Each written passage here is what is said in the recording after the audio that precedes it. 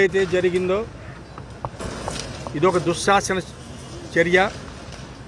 రాబోయే రోజుల్లో దమనకాండకి ఇది నాంది పలకబోతున్నారా సీఎం గారు?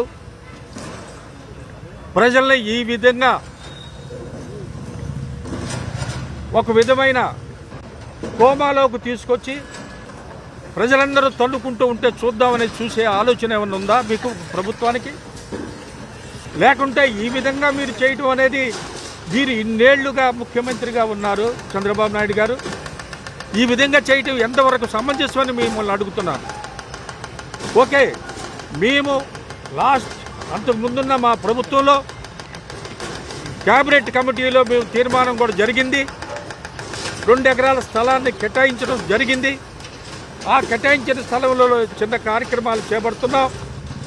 దానికి గాను మేము అన్ని పర్మిషన్స్ కానీ అన్నిటికి కానీ మేము అప్లై చేయడం జరిగింది. అది వాళ్ళ నిర్లక్ష్యం వల్లే రావడం లేట్ అవుతుంది. ఆ కారణం చేత యాజ్ పర్ ది నామ్స్ మీరు చేయాల్సిందేంటి?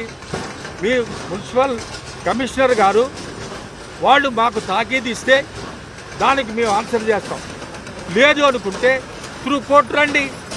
అంతేగాని ఐ హ్యాండెడ్గా మీరు వచ్చి వాళ్ళ ప్రభుత్వం మీ చేతుల్లో ఉంది కదా అని ఐ హ్యాండెడ్గా ఈ విధంగా చేయటం అని చాలా దుర్మార్గమైన చర్య. ఇది రాబోయే రోజుల్లో ప్రజాస్వామ్యానికి కూడా చాలా చాలా చాలా బ్యాడ్ నేమ్ వస్తుంది. ఇవన్నీ కూడా మీరు గమనించుకొని, మీరు సీనియర్ మంత్రిగా, సీనియర్ ముఖ్యమంత్రిగా ఈ విషయాలన్నీ కూడా మీరు గమనంలో పెట్టుకొని రాబోయే రోజుల్లో ఈ విధమైన విధానాన్ని మీ పార్టీ అవలంబించకూడదని వేడుకుంటున్నాం. భావి తరాలకి మనం ఏమి ఇస్తున్నాం? భావి తరాలకి మనం ఏ సందేశం ఇస్తున్నాం? ఈ ప్రజాస్వామ్యాన్ని ఏమి చేయదలుచుకున్నాం?